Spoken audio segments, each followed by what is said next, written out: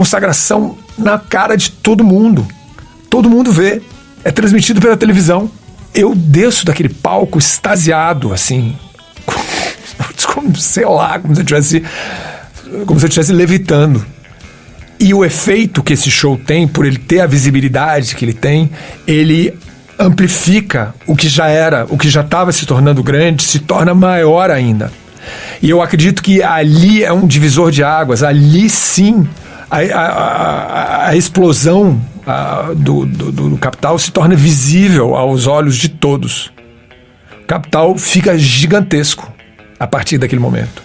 A partir daquele momento, aí sim a gente entra para uma outra categoria em 2001, ao longo de 2001. O disco não para de vender ao longo de 2001. Aí começam a entrar, depois de Passageiro, começam a tocar as músicas antigas. Começa a tocar, acho que Independência, depois ainda toca Fogo também, entra Fogo também, começa a tocar as músicas dos anos 80. E a cada música que vai entrando, a coisa vai ficando cada vez maior, vai vendendo cada vez mais discos. A gente vai tocando cada vez para plateias cada vez maiores. A gente vai começar a tocar para dezenas de milhares de pessoas pelo Brasil inteiro, principalmente no estado de São Paulo. A gente começa a tocar, a gente acho que toca quase em todos os municípios do estado de São Paulo, em todas as feiras. E a gente toca para muita gente, para multidões a perder de vista, como se fosse um Rock in Rio. A cada apresentação do Capital era como se fosse um Rock in Rio. Eram mares de pessoas. A gente não conseguia chegar nos lugares. Ia tanta gente para os shows que engarrafavam os lugares. A gente tocou no Rio, no Metropolitan, chamava Metropolitan na época, dá um engarrafamento tão grande que vai dar na Barra esse lugar, dá um engarrafamento que vai até a Zona Sul. O Capital vai tocar, eu lembro, em Santa Catarina, o Capital começa a tocar nos lugares e o Capital não consegue entrar, não consegue. O engarrafamento para chegar nos lugares começa a impedir que nós, os músicos, que nós consigamos entrar. Começa a virar uma coisa. A gente nunca tinha vivido e nunca mais viveu algo assim. Vira um momento de histeria, de coisa teen, sabe? Assim, começa a ir uma garotada muito jovem. O Capital se renova, começa a ir gente de 16, 15, 13, muito garotada, além das pessoas mais velhas, vai todo mundo. Eu lembro que pessoalmente, eu não conseguia entrar e sair dos lugares. Eu tenho um show que a gente dá aqui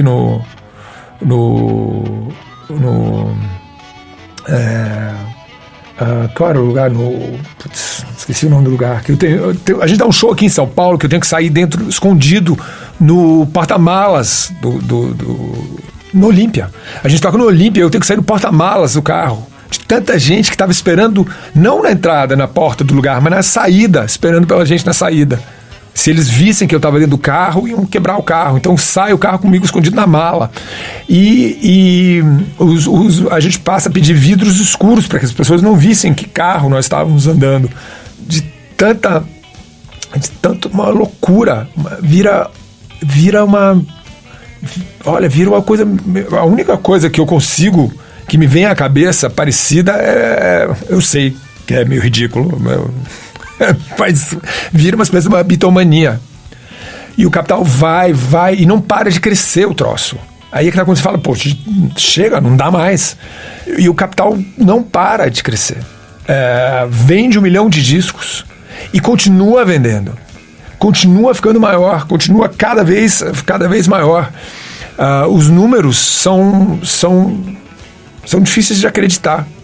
E a gente, quando a gente estava tão ocupado, a gente estava gravando, correndo, viajando, a gente dava 5 shows por semana, ninguém em volta de nós, nem nós mesmos, ninguém chegou a pensar em registrar, em filmar o que estava acontecendo, em fotografar o que estava acontecendo.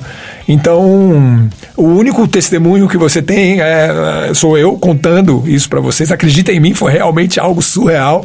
Ou as pessoas que estavam lá nessa hora, que viram. E eram muitas pessoas, eram milhares, dezenas de milhares de pessoas. Mas não existiam, naquela época, não existiam celulares. Não tinha internet. Então, se alguém filmou, era porque alguém estava com uma câmera. E teria que ser o quê? Um VHS. Não tinha como filmar.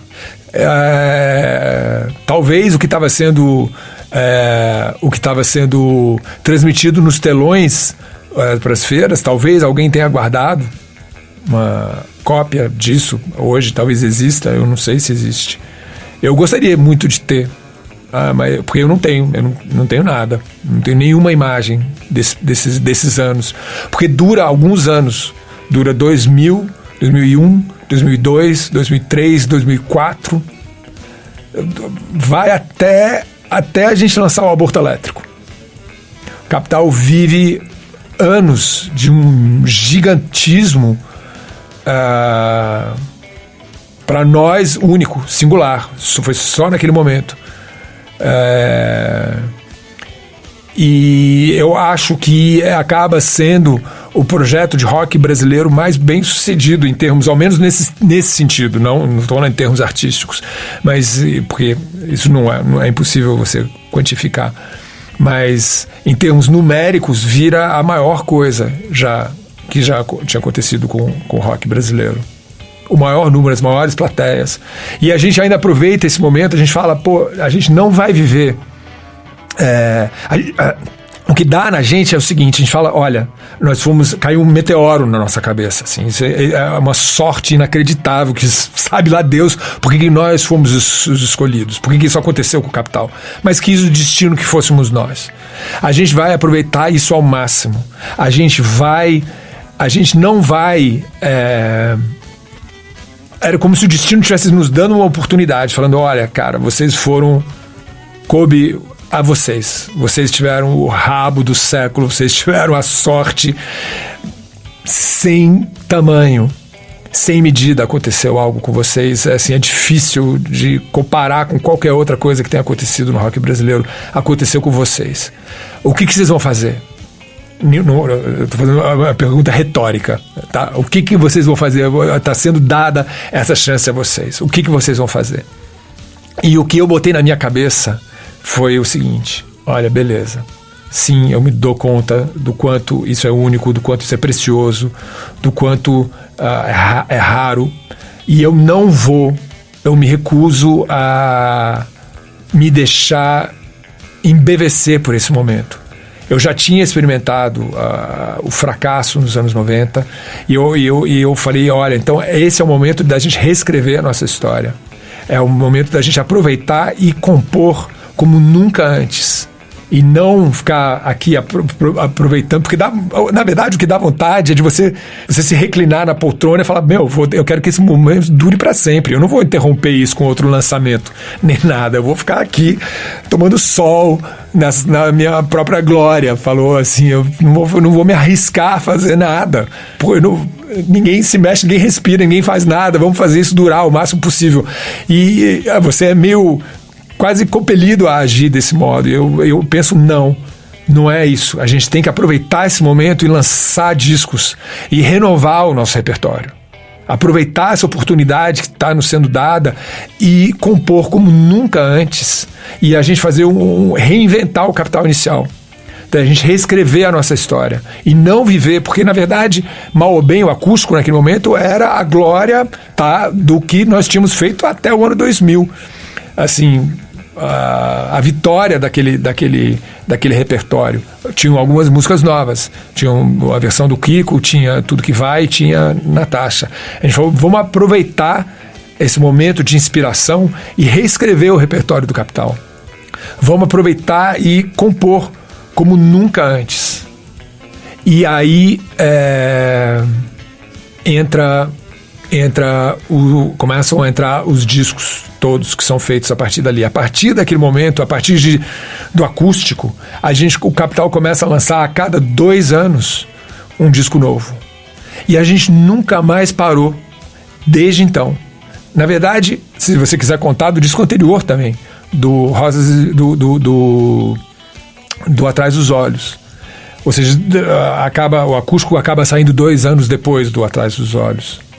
E a gente aproveita esse ritmo e a gente acaba estabelecendo isso como uma meta. Eu acabo estabelecendo como uma meta, que eu acabo compondo quase tudo com o Alvin. O Pete faz bastante coisa e a gente começa a compor sem parar obsessivamente. E a gente começa a emendar uma turnê na outra, um disco no outro. A gente faz do Rosas e Vinho Tinto, do Rosas e Vinho Tinto a gente faz o Gigante, do Gigante a gente vai pro Aborto Elétrico, o tributo ao Aborto Elétrico, do Aborto Elétrico a gente vai pro Eu Nunca Disse Adeus, do Eu Nunca Disse Adeus a gente vai pro Ao Vivo em Brasília, do Ao Vivo em Brasília a gente vai pro Das Capital, do Das Capital a gente vai pro Saturno, do Saturno a gente vai pro Viva a Revolução, do Viva a Revolução a gente vai pro Ao Vivo em Nova York, do Ao Vivo em Nova York a gente vem pro Sonora. E a gente entra numa batida a partir daquele momento de fazer um disco a cada 2 anos. E a gente emenda uma turnê na outra. Ou seja, a gente está fazendo a turnê do acústico, aí o Louro sai, o Louro decide, acho que era por estafa. O Louro morava em Brasília, ele tinha que voltar para Brasília com o filho dele.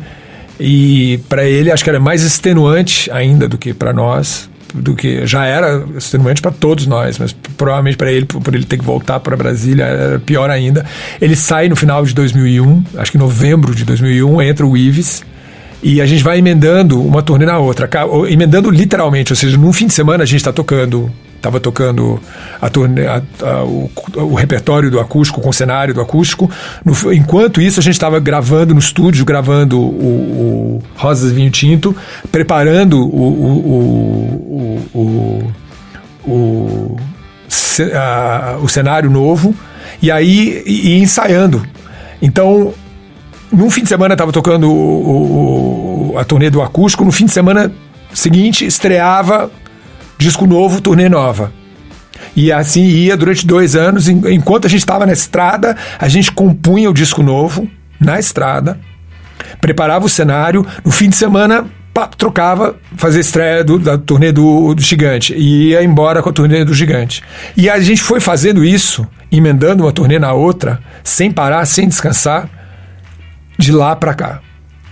A gente mal tirava férias, a gente não descansava, a gente tirava no máximo 2 semanas, e isso mesmo, essas 2 semanas a gente começou a nos permitirmos essas 2 semanas só há 2, 3 anos atrás, até agora, até 2017 a gente estava uma semana de férias no verão, uma semana de férias, 10 dias de férias no verão e 10 dias de um fim de semana sem tocar. Então dava 10 dias de férias no inverno e 10 dias de férias no verão.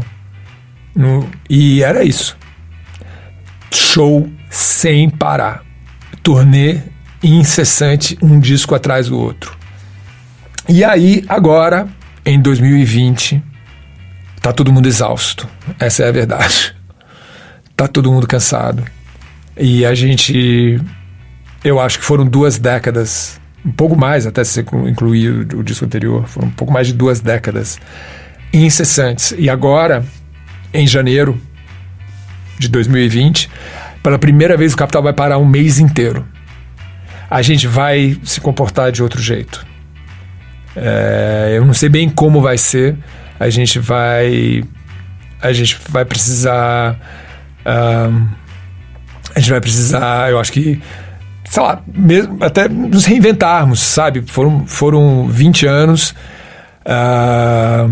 tá de bom tamanho, a gente precisa entender, exatamente qual é agora o próximo passo que o Capital vai dar. Porque a gente foi como se fosse uma corrida onde você abaixa a cabeça e corre. E a gente precisa respirar. A gente precisa pensar e a gente vai dar... 2020 é o ano que a gente vai pisar no freio. Coincidiu com o fato de eu estar lançando meu disco solo. Então